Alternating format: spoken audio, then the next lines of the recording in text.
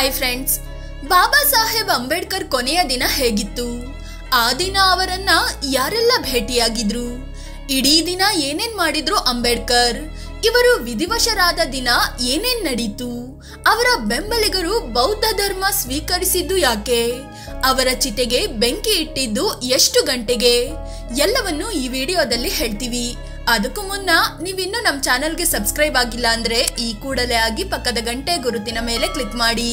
1956ರ December 5ರಂದು ಏನಾಯ್ತು? Baba Saheb Ambedkar 1956ರ December 6ರಂದು ವಿಧಿವಶರಾದ್ರು. ಅದಕ್ಕೂ ಒಂದು ದಿನ ಹಿಂದೆ ಅಂದ್ರೆ ಡಿಸೆಂಬರ್ 5ರಂದು ಏನೆಲ್ಲ ನಡೀತು ಅಂತ ನೋಡೋದಾದ್ರೆ, ದೆಹಲಿಯ 26 ಅಲಿಪುರ್ ರೋಡ್ ನಿವಾಸದಲ್ಲಿದ್ದ ಅಂಬೇಡ್ಕರ್ ಅವತ್ತು ಬೆಳಗ್ಗೆ ನಿದ್ರೆಯಿಂದ ತಡವಾಗಿ ಎದ್ರು.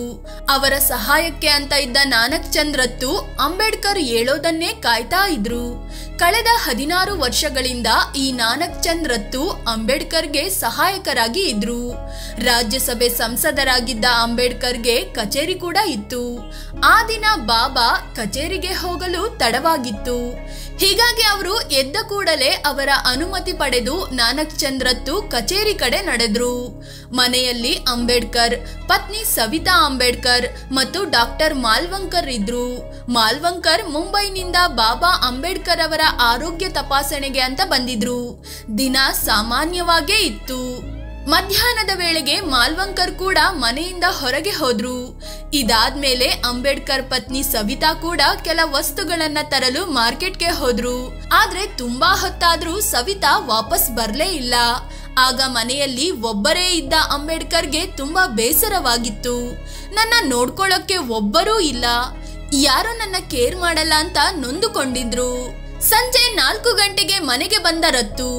ಕಚೇರಿಗೆ ಹೋಗಿದ್ದ ಸಹಾಯಕ ರತ್ತು ಸಂಜೆ 4 ಗಂಟೆ ವೇಳೆಗೆ ಮನೆಗೆ ಬಂದ್ರು. ಆಗ್ಲೂ ಕೂಡ ಸವಿತಾ ಮನೆಗೆ ಬಂದಿರ್ಲಿಲ್ಲ. ಅಂಬೇಡ್ಕರ್ ಒಬ್ರೇ ಇದ್ರು. ಅವರಿಗೆ ಬೇಸರವಾಗಿರೋದನ್ನು ಅವರ ಮುಖ ನೋಡಿಯೇ ರತ್ತು ಅರ್ಥ ಮಾಡಿಕೊಂಡ್ರು. ನಂತರ ಒಂದಿಷ್ಟು ವಿಚಾರಗಳನ್ನ ಟೈಪಿಂಗ್ ಮಾಡಲು ಇತ್ತು. ಹೀಗಾಗಿ ರತ್ತು ಬಳಿ ಆ ಕೆಲಸಗಳನ್ನ ಮಾಡಿಸಿದ್ರು ಅಂಬೇಡ್ಕರ್. ಅಷ್ಟರಲ್ಲಿ ಪತ್ನಿ ಸವಿತಾ ಕೂಡ ಮನೆಗೆ ಬಂದ್ರು. ಮನೆಗೆ ಬರೋದು ತಡವಾಗಿದ್ದಕ್ಕೆ ಸವಿತಾ ಮೇಲೆ ಅಂಬೇಡ್ಕರ್ ಸ್ವಲ್ಪ ರೇಗಾಡಿದ್ರು. ಆಗ ಪಕ್ಕದಲ್ಲಿದ್ದ ರತ್ತು ಬಾಬಾ ಸಾಹೇಬ್ರನ್ನ ಸಮಾಧಾನ ಮಾಡಿಕೊಳ್ಳಿ, ನಿಮ್ಮ ಆರೋಗ್ಯ ಹದಗೆಡುತ್ತೆ ಅಂತ ರಿಕ್ವೆಸ್ಟ್ ಮಾಡ್ಕೊಂಡ್ರು. ನಂತರ ಬಾಬಾ ಸಾಹೇಬ್ ಸುಮ್ಮನಾದ್ರು. ರಾತ್ರಿ 8 ಗಂಟೆಗೆ ಜೈನ ಮುಖಂಡರ ಭೇಟಿ. ಅವತ್ತು ಅಂದ್ರೆ ಡಿಸೆಂಬರ್ 5ರಂದು ರಾತ್ರಿ ಅಂಬೇಡ್ಕರ್ ಮತ್ತು ಜೈನ ಸಮುದಾಯದ ಕೆಲ ಮುಖಂಡರ ಜೊತೆ ಮೀಟಿಂಗ್ ಫಿಕ್ಸ್ ಆಗಿತ್ತು. ಹೀಗಾಗಿ ಜೈನ ಮುಖಂಡರು ಸಂಜೆ ವೇಳೆಗೆ ಮನೆಗೆ ಬಂದ್ರು. ಅಂಬೇಡ್ಕರ್ ಫುಲ್ ಸುಸ್ತಾಗಿದ್ರು. ಆದ್ರೆ ಮನೆಗೆ ಬಂದಾಗಿದ್ರಿಂದ ಹಾಗೆ ಕಳುಹಿಸಲು ಮನಸ್ಸು ಒಪ್ಪಲಿಲ್ಲ. 8 ಗಂಟೆ 20 ನಿಮಿಷದ ವೇಳೆಗೆ ರತ್ತು ಸಹಾಯದಿಂದ ಡ್ರಾಯಿಂಗ್ ರೂಮ್ಗೆ ಬಂದ ಅಂಬೇಡ್ಕರ್ ಸೋಫಾದ ಮೇಲೆ ಕುಳಿತು ಕಣ್ಣು ಮುಚ್ಚಿದ್ರು. ವಾತಾವರಣ ಕೆಲ ಕಾಲ ಶಾಂತವಾಗಿತ್ತು. ಜೈನ ಮುಖಂಡರು ಬಾಬಾ ಮುಖವನ್ನೇ ನೋಡ್ತಾ ಕೂತಿದ್ರು. ಅವರನ್ನ ನೋಡಿದ್ರೇನೆ ತುಂಬಾ ಸುಸ್ತಾಗಿದ್ದಾರೆ ಅನ್ನೋದು ಗೊತ್ತಾಗ್ತಿತ್ತು. ಸ್ವಲ್ಪ ಹೊತ್ತಾದ್ಮೇಲೆ ಕಣ್ಣು ತೆರೆದು ತಲೆ ಆಡಿಸಿ ಮಾತಿಗಿಳಿದ್ರು. ಜೈನ ಧರ್ಮದ ಕುರಿತು ಕೆಲವೊಂದು ವಿಚಾರಗಳನ್ನು ಚರ್ಚೆ ಮಾಡಿದ್ರು. ಜೈನ ಧರ್ಮದ ಮುಖಂಡರು ಪುಸ್ತಕವೊಂದನ್ನು ಬಾಬಾ ಸಾಹೇಬ್ಗೆ ಗಿಫ್ಟ್ ಆಗಿ ಕೊಟ್ರು. ಮರುದಿನ ನಡೆಯಲಿದ್ದ ಜೈನ ಕಾರ್ಯಕ್ರಮವೊಂದಕ್ಕೆ ಜೈನ ಮುಖಂಡರು ಆಹ್ವಾನಿಸಿದ್ರು. ಆಗ ಮಾತನಾಡಿದ್ದ ಅಂಬೇಡ್ಕರ್, ನನ್ನ ಆರೋಗ್ಯ ಕೈಕೊಡದೇ ಇದ್ರೆ ನಾನು ಖಂಡಿತ ಕಾರ್ಯಕ್ರಮಕ್ಕೆ ಬರ್ತೀನಿ ಅಂತ ಹೇಳಿದ್ರು. ಮತ್ತೆ ಆರೋಗ್ಯ ಚೆಕ್ ಮಾಡಿದ ವೈದ್ಯರು. ಅಂಬೇಡ್ಕರ್ ಕೊನೆಯದಾಗಿ ಸೇವಿಸಿದ್ದು ಏನು? ರಾತ್ರಿ ಮತ್ತೆ ಬಂದಿದ್ದ ಡಾಕ್ಟರ್ ಮಾಲ್ವಂಕರ್ ಮತ್ತೊಂದು ಸಲ ಅಂಬೇಡ್ಕರ್ ಆರೋಗ್ಯ ಚೆಕ್ ಮಾಡಿ ವಾಪಸ್ ಮುಂಬೈಗೆ ಹೊರಟ್ರು. ಎಲ್ಲರೂ ಹೋದ ಬಳಿಕ ರತ್ತು ಸ್ವಲ್ಪ ಹೊತ್ತು ಬಾಬಾ ಸಾಹೇಬ್ ಅಂಬೇಡ್ಕರ್ ಅವರ ಕಾಲು ಒತ್ತಿದ್ರು. ನಂತರ ಅವರ ತಲೆಗೆ ಎಣ್ಣೆ ಹಚ್ಚಿದ್ರು. ಆಗ ಅಂಬೇಡ್ಕರ್ ಬುದ್ಧಂ ಶರಣಂ ಗಚ್ಚಾಮಿ ಅಂತ ಗುನುಗ್ತಾ ಇದ್ರು. ನಂತರ ರತ್ತು ಬುದ್ಧ ಅಂಡ್ ಹಿಸ್ ಧಮ್ಮ ಪುಸ್ತಕ ತೆಗೆದು ಹಾಸಿಗೆ ಪಕ್ಕ ಇಡು. ಇಂದು ರಾತ್ರಿ ಆ ಪುಸ್ತಕದ ಉಳಿದ ಕೆಲವು ಕೆಲಸಗಳನ್ನ ಮುಗಿಸ್ಬೇಕು ಅಂತ ಹೇಳಿದ್ರು. ಆಗ ಅಲ್ಲಿಗೆ ಬಂದ ಅಡುಗೆ ಭಟ್ಟ ಸುಧಾಮ, ಬಾಬಾ ರಾತ್ರಿ ಊಟಕ್ಕೆ ಏನ್ ತಿಂತೀರಿ ಅಂತ ಕೇಳಿದ್ರು. ಅದಕ್ಕೆ ಉತ್ತರಿಸಿದ ಬಾಬಾ, ನಾನು ರಾತ್ರಿ ಅನ್ನ ಊಟ ಮಾಡ್ತೀನಿ, ಬೇರೆ ಏನು ಬೇಡ ಅಂದ್ರು. ಸ್ವಲ್ಪ ಹೊತ್ತಾದ ಬಳಿಕ ಮತ್ತೆ ಬಂದ ಅಡುಗೆ ಭಟ್ಟ ಸುಧಾಮ ಊಟಕ್ಕೆ ಬರುವಂತೆ ಹೇಳಿದ್ರು. ಆಗ ರತ್ತು ಸಹಾಯದಿಂದ ಅಂಬೇಡ್ಕರ್ ಡೈನಿಂಗ್ ರೂಮ್ಗೆ ಬಂದ್ರು. ಕೊನೆಯದಾಗಿ ಊಟ ಮಾಡಿದ್ರು. ನಿದ್ದೆಯಲ್ಲೇ ಹೋಗಿತ್ತು ಅಂಬೇಡ್ಕರ್ ಪ್ರಾಣ. ಅಂಬೇಡ್ಕರ್ ರಾತ್ರಿ ಊಟ ಆದ ಬಳಿಕ ತಮ್ಮ ಕೋಣೆಗೆ ಹೋದ್ರು.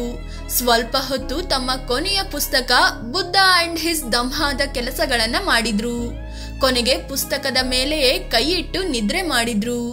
ಮರುದಿನ ಅಂದ್ರೆ ಡಿಸೆಂಬರ್ 6ರಂದು ಬೆಳಗಾಯ್ತು. ಪತ್ನಿ ಸವಿತಾ ಎದ್ದು ಅಂಬೇಡ್ಕರ್ ಅನ್ನ ಎಬ್ಬಿಸಿದ್ರು. ತುಂಬಾ ಸಲ ಕರೆದ್ರು ಬಾಬಾ ಏಳಲೇ ಇಲ್ಲ. ಉಸಿರಾಟ ಕೂಡ ನಿಂತಿರೋದು ಗಮನಿಸಿದ ಸವಿತಾ ಜೋರಾಗಿ ಕಿರ್ಚ್ಕೊಂಡ್ರು. ನಾನಕ್ ಚಂದ್ ರತ್ತು ಕೂಡ ಮನೆಗೆ ಬಂದ್ರು. ಆಗ ಸವಿತಾ ಸೋಫಾ ಮೇಲೆ ಕುಳಿತು ಜೋರಾಗಿ ಅಳ್ತಿದ್ರು. ಬಾಬಾ ಸಾಹೇಬ್ ಇಹಲೋಕ ತ್ಯಜಿಸಿದ್ರು ಅಂತ ಗೋಳಾಡಿದ್ರು. ರತ್ತು ಬಾಬಾ ಬಳಿ ಬಂದು ಎದೆಯನ್ನ ಒತ್ತಿದ್ರು, ಮಾಲಿಶ್ ಮಾಡಿದ್ರು, ಕೈ ಕಾಲು ಸವರಿ ಎಬ್ಬಿಸೋ ಪ್ರಯತ್ನ ಮಾಡಿದ್ರು, ಬಾಯಿಗೆ ನೀರು ಹಾಕಿದ್ರು. ಬಾಬಾ ಹೇಳಿ, ಯಾಕೆ ಮಾತಾಡ್ತಿಲ್ಲ ನೀವು? ನಾನ್ ಬಂದಿದ್ದೀನಿ, ನನಗೆ ಕೆಲ್ಸ ಹೇಳಿ ಬಾಬಾ ಅಂತ ರತ್ತು ಅತ್ತು ಗೋಳಾಡಿದ್ರು. ಆದ್ರೆ ನಿದ್ರೆಯಲ್ಲೇ ಬಾಬಾ ಸಾಹೇಬ್ ಅಂಬೇಡ್ಕರ್ ಬಾರದೂರಿಗೆ ಪಯಣಿಸಿದ್ರು. ಮೆರವಣಿಗೆ, ಜನಸಾಗರ, ಅಂತ್ಯಕ್ರಿಯೆ. ಬಾಬಾ ಚಿತೆಗೆ ಬೆಂಕಿ ಇಟ್ಟಿದ್ಯಾರು ಗೊತ್ತಾ? ರತ್ತು ಅಂಬೇಡ್ಕರ್ ಆಪ್ತರಿಗೆಲ್ಲ ಸುದ್ದಿ ಮುಟ್ಟಿಸಿದ್ರು. ಕೇಂದ್ರ ಸರ್ಕಾರಕ್ಕೂ ಮಾಹಿತಿ ನೀಡಲಾಯ್ತು. ವಿಷಯ ಗೊತ್ತಾದ ಕೂಡ್ಲೆ ಆಗ ಪ್ರಧಾನಿಯಾಗಿದ್ದ ನೆಹರು ಅಂಬೇಡ್ಕರ್ ನಿವಾಸಕ್ಕೆ ಬಂದ್ರು. ದರ್ಶನ ಪಡ್ಕೊಂಡ್ರು. ದೆಹಲಿಯ ನಿವಾಸದಲ್ಲೇ ಮೊದಲು ಪಾರ್ಥಿವ ಶರೀರ ದರ್ಶನಕ್ಕೆ ಇಡಲಾಯ್ತು. ಅಲ್ಲಿ ದೊಡ್ಡ ಸಂಖ್ಯೆಯಲ್ಲಿ ಜನ ಅಂಬೇಡ್ಕರ್ರ ಅಂತಿಮ ದರ್ಶನ ಪಡೆದ್ರು. ನಂತರ ವಿಮಾನದ ಮೂಲಕ ಡಿಸೆಂಬರ್ 6ರ ರಾತ್ರಿ ಪಾರ್ಥಿವ ಶರೀರವನ್ನ ಮುಂಬೈಗೆ ಕಳುಹಿಸಲಾಯಿತು. ಆ ವಿಮಾನ ಮಧ್ಯರಾತ್ರಿ 2 ಗಂಟೆ ವೇಳೆಗೆ ಮುಂಬೈನ ಸಾಂತಾಕ್ಲಾಸ್ ಏರ್ಪೋರ್ಟ್ಗೆ ಬಂತು. ಅಲ್ಲಿಂದ ಮುಂಬೈನ ದಾದರ್ನಲ್ಲಿದ್ದ ಅಂಬೇಡ್ಕರ್ ನಿವಾಸಕ್ಕೆ ಕರೆತರಲಾಯಿತು. ಅಲ್ಲಿ ಅಂತಿಮ ದರ್ಶನಕ್ಕೆ ವ್ಯವಸ್ಥೆ ಮಾಡಲಾಯಿತು. ಅಲ್ಲಿಂದ ಡಿಸೆಂಬರ್ 7ರಂದು ಮಧ್ಯಾಹ್ನ 1:40ಕ್ಕೆ ಬಾಬಾ ಸಾಹೇಬರ ಅಂತಿಮ ಯಾತ್ರೆ ಶುರುವಾಯಿತು. ಸುತ್ತ ನೆರೆದಿದ್ದ ಜನರಿಗೆ ಕಾಣುವಂತೆ ಅಂಬೇಡ್ಕರ್ ಪಾರ್ಥಿವ ಶರೀರವನ್ನು ಲಾರಿಯಲ್ಲಿ ಇಡಲಾಗಿತ್ತು. ವಿವಿಧ ರಸ್ತೆಗಳಲ್ಲಿ ಸಾಗಿದ ಅಂತಿಮ ಯಾತ್ರೆ ಸಂಜೆ 6 ಗಂಟೆಗೆ ಶಿವಾಜಿ ಪಾರ್ಕ್ ಬಳಿ ಬಂತು. ಕೊನೆಗೆ ದಾದರ್ನ ಚೌಪಾಟಿ ಅನ್ನೋ ಪ್ರದೇಶಕ್ಕೆ ತಂದು ಅಲ್ಲಿ ಬೌದ್ಧ ಸಂಪ್ರದಾಯದಂತೆ ಅಂತ್ಯ ಸಂಸ್ಕಾರ ನೆರವೇರಿಸಲಾಯಿತು. ಆಗ ಸಮಯ ಸಂಜೆ 7:30.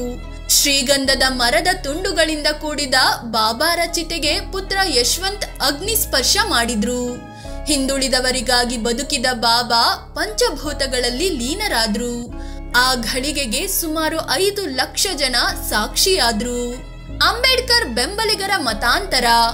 ಅದೇ ಡಿಸೆಂಬರ್ 16ರಂದು ಅಂಬೇಡ್ಕರ್ ಅವರ ಬೆಂಬಲಿಗರು ದೊಡ್ಡ ಮಟ್ಟದಲ್ಲಿ ಬೌದ್ಧ ಧರ್ಮಕ್ಕೆ ಮತಾಂತರ ಆಗಲಿದ್ರು. ಆ ಕಾರ್ಯಕ್ರಮದಲ್ಲಿ ಅಂಬೇಡ್ಕರ್ ಕೂಡ ಚೀಫ್ ಗೆಸ್ಟ್ ಆಗಿದ್ರು. ಆದ್ರೆ ಡಿಸೆಂಬರ್ 6ಕ್ಕೆ ಅವರ ಅಂತ್ಯವಾಗಿತ್ತು. ಹೀಗಾಗಿ ಅವರಂತೂ ಇಲ್ಲ. ಅವರ ಪಾರ್ಥಿವ ಶರೀರದ ಮುಂದೆಯಾದ್ರೂ ಮತಾಂತರ ಆಗಬಹುದು ಅಂತ ಬೌದ್ಧ ಗುರು ಭಾದಂತ ಆನಂದ್ ಕೋಸಲ್ಯಯನ್ ಕರೆ ನೀಡಿದ್ರು. ಅದಕ್ಕೆ ಅಲ್ಲಿ ನೆರೆದಿದ್ದ ಲಕ್ಷಾಂತರ ಜನ ಸಮ್ಮತಿಸಿದ್ರು. ಆಗ ಕೋಸಲ್ಯಯನ್ ಮಂತ್ರ ಹೇಳಿದ್ರು. ಅದನ್ನು ಅಲ್ಲಿ ನೆರೆದಿದ್ದ ಅಂಬೇಡ್ಕರ್ ಬೆಂಬಲಿಗರು ಕೂಡ ಪಠಿಸಿದ್ರು. ಹೀಗೆ ಲಕ್ಷಾಂತರ ಜನ ಬೌದ್ಧ ಧರ್ಮದ ಅನುಯಾಯಿಗಳಾದ್ರು. ಫ್ರೆಂಡ್ಸ್, ಇದು ಬಾಬಾ ಸಾಹೇಬ್ ಅಂಬೇಡ್ಕರ್ ಅವರ ಕೊನೆಯ ದಿನ ಮತ್ತು ಅಂತ್ಯಕ್ರಿಯೆ ಬಗ್ಗೆ ತಿಳಿಸಿಕೊಡೋ ಪ್ರಯತ್ನ. ಇಂತಹ ಮತ್ತಷ್ಟು ವಿಡಿಯೋಗಳಿಗಾಗಿ ನಮ್ಮ ಚಾನೆಲ್ಗೆ ಸಬ್ಸ್ಕ್ರೈಬ್ ಆಗಿ, ಪಕ್ಕದ ಗಂಟೆ ಗುರುತಿನ ಮೇಲೆ ಕ್ಲಿಕ್ ಮಾಡಿ. ಧನ್ಯವಾದ.